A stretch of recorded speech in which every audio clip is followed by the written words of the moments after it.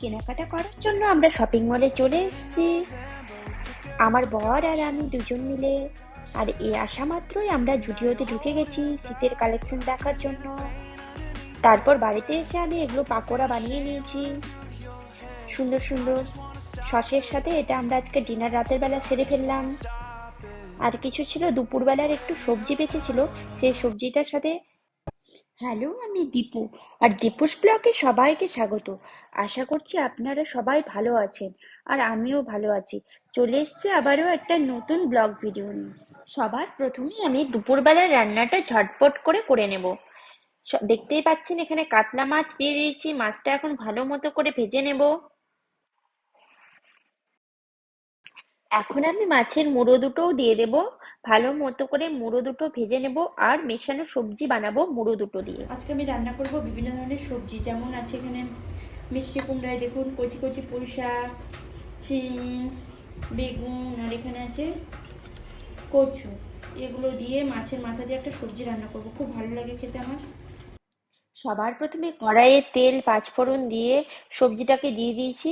সবজিটা দেওয়ার পর এক এক করে লবণ, হলুদ, জিরে গুঁড়ো, ধনে গুঁড়ো, সব গুঁড়ো মশলা দেওয়া হয়ে গেছে। এখন আমরা এটাকে ভালো করে মিশিয়ে নেব।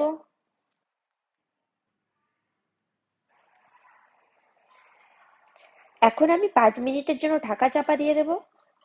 দেখুন কি সুন্দর সবজিটাকে আমার ভালো মতো করে কষানো হয়ে গেছে। তারপর আমি সেদ্ধ হওয়ার জন্য ভালো করে জল দিয়ে আরো 5 মিনিটের জন্য ঢেকে দিলাম। ঢাকা খুলে আমি মাছের মাথাটা ভালো মতো করে দিয়ে দেব। দেখুন কি সুন্দর হয়েছে। ভালো করে মাছের মাথাটা আমি এখানে মিক্স করে দেব সব সবজিগুলোর সাথে। এটা হচ্ছে মেশানো সবজি, মাছের মাথা দিয়ে খুব খেতে ভালো লাগে। আমার কিন্তু সবকিছু শেষ হয়ে গেছে।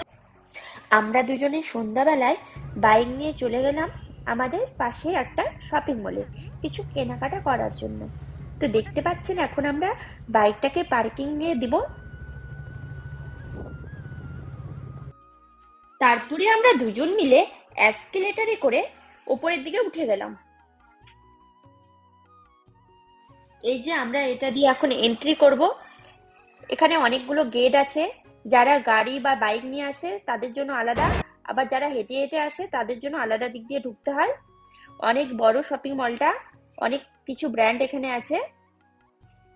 আমরা শপিং করিডোরে একটু হাঁপিয়ে গেছিলাম, সেই কারণে একটু বসেছিলাম, আর আমি তখন এই ভিডিওগুলো করছিলাম।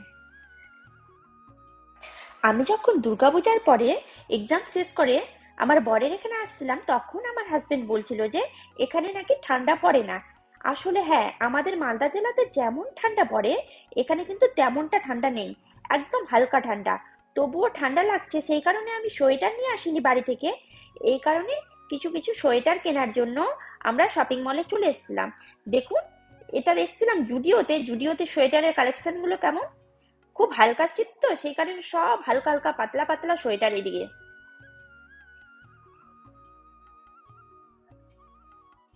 জুডিওতে তেমন ভালো সোয়েটারের কালেকশন আসেনি। আসলে আমি আমার হাজবেন্ডের পছন্দ মতো নেই, ও খুব ভালো চুজ করতে পারে আমার জন্য। তারপরে আমি ওকে দেখিয়েছিলাম এই হোয়াইটটা দেখো কেমন লাগছে। ও বলছে তুমি যতটা লম্বা তার তোমার অর্ধেক আসবে। আমি বললাম অর্ধেক আসুক আর পুরোটা আসুক। তারপর আমরা এখান থেকে বেরিয়ে চলে গেলাম প্যান্টালুন আর ম্যাক্সে, সেখান থেকেই দুটো কিনেছি। কিছু গ্লসারি কেনার জন্য আমরা চলে এসেছিলাম স্মার্ট বাজারে। স্মার্ট বাজারে এসে অনেক কিছু কেনার পর আমরা কিছু সবজি নিয়ে আর যা যা আমাদের দরকার ছিল সেই সব নিয়ে বাড়িতে ফিরে গেলাম। আর আমি সাথে গোলগাপ্পাও নিয়ে নিয়েছিলাম ফুচকা খাওয়ার জন্য।